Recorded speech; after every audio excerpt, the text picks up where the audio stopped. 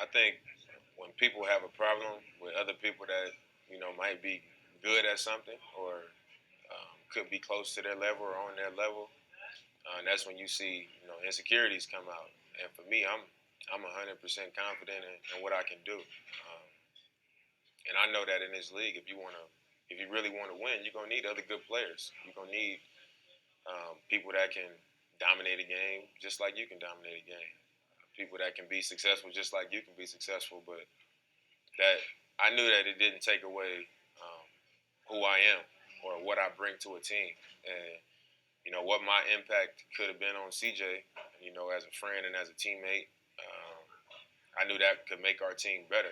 I wasn't looking at it like, oh, CJ nice too. And what if this happened? Or what if that happened? I mean, it's gonna be what it's gonna be. But I ain't no hater, and I don't get jealous of other people's success. I get happy for them, and I feel like when you do that, it's gonna always come back to you.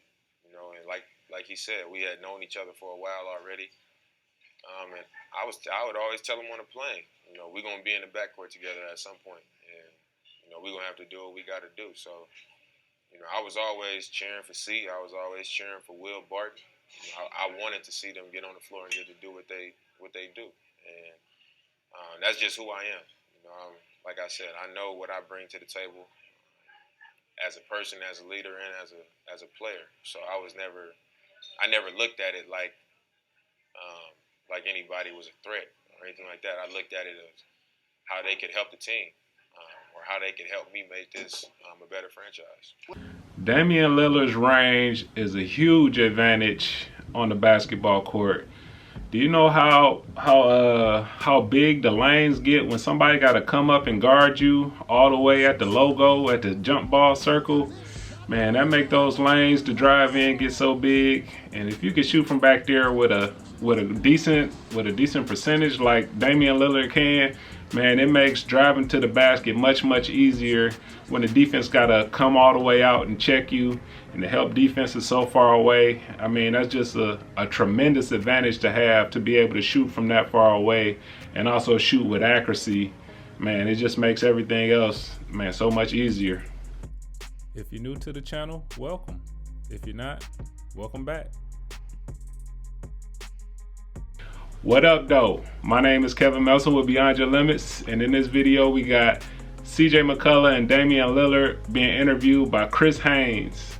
And they're talking about how when CJ McCollough started getting more playing time, started getting better, and started showing that he could be a legit player in the NBA, he was speaking on how Dame Lillard wasn't worried about his spot on the team or what was going to happen with him and CJ McCollough, with CJ being kind of a combo guard.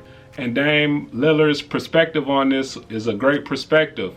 Damian Lillard is 100% confident in his abilities, and he didn't see CJ McCollough coming up being a better basketball player. He didn't see that as a threat to his status as being a great player. He knew that having more great players on the team would only help the team out. It would only make the team better. He wasn't thinking, oh, this guy might take my spot or anything like that. And that's a great thing to have as a player. You want to have as many great players on your team as you can.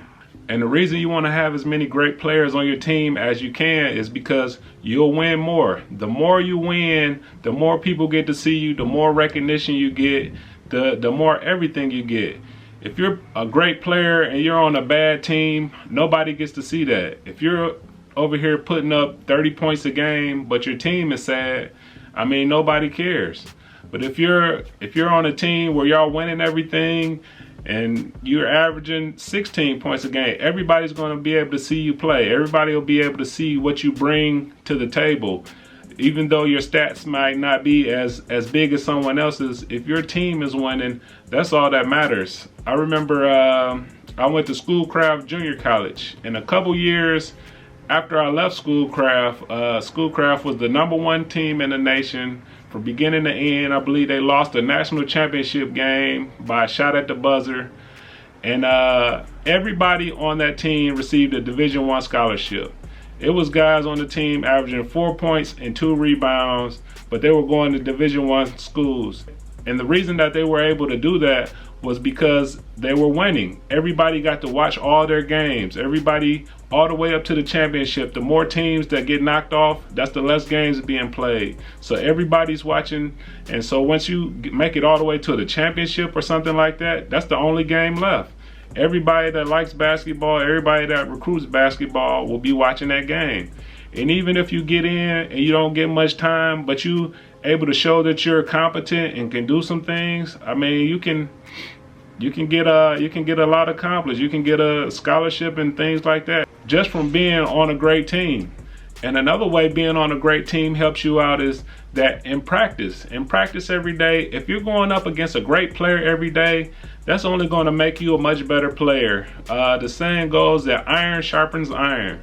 And so if you're in practice and you're playing against somebody that don't really take basketball serious or is not very good, that's not really helping you at all, because you don't have to be at your best to do better than them. But when you got somebody lining up across from you that's got aspirations to do something with basketball, that's been working on their game, that's very good, that's going to make you be on top of your game every single day, and that's going to make you improve as a player in the long run. When you're winning, things take care of themselves. Everybody gets recognition, everybody gets interviews, everybody gets recruited, everybody gets everything, man. So winning takes care of everything. When you're losing, it don't even really matter if you're putting up big stats on a losing team. A lot of people look at that and say, oh, a lot of people can do that because, you know, you're the only person that can do something on that team. But when you're on a winning team, people respect that. And people want to be around winners. People want to have people that come from winning programs.